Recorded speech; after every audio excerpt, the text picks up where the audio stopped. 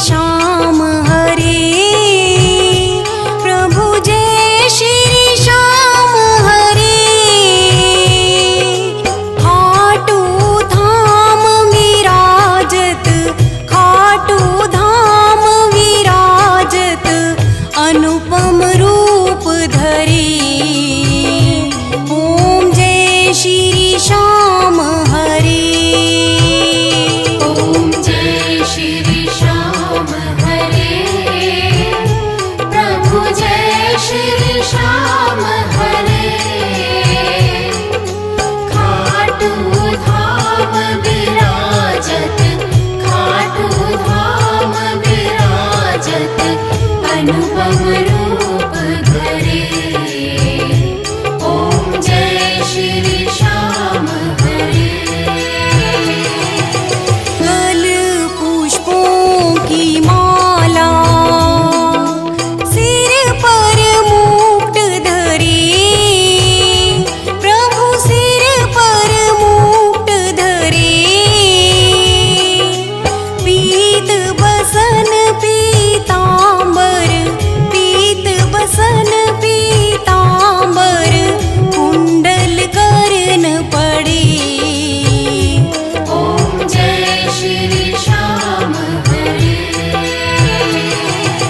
रतन सिंहासन राजत, सेवक भक्त खड़े। प्रभु सेवक भक्त खड़े। खेवत धूप अग्नि पर, खेवत धूप अग्नि पर, दीपक ज्योति जरे। ओम जय श्री श्याम हरे। मोदक खीर चूरमा, सुविरन थाल भरे। प्रभु सुविरन थाल भरे। सेवक भोग लगावत, सेवक भोग लगावत, सिर पर चवर ढूरे। ओम जय श्री श्याम हरे। झांझ नगाड़ा घड़ियावल, शंख मृदंग घूरे। प्रभु शंख मृदंग घूरे। भक्त आरती गावे, भक्त आरती गावे, जय जयकार करे। ओम जय श्री श्याम हरे। जो ध्यावे फल पावे, सब दुख से उबरे। प्रभु सब दुख से उबरे।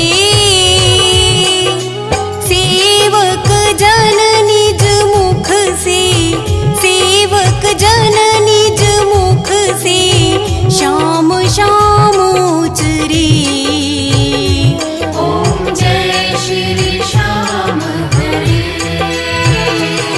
श्री श्याम बिहारी जी की आरती, जो कोई नर गावे।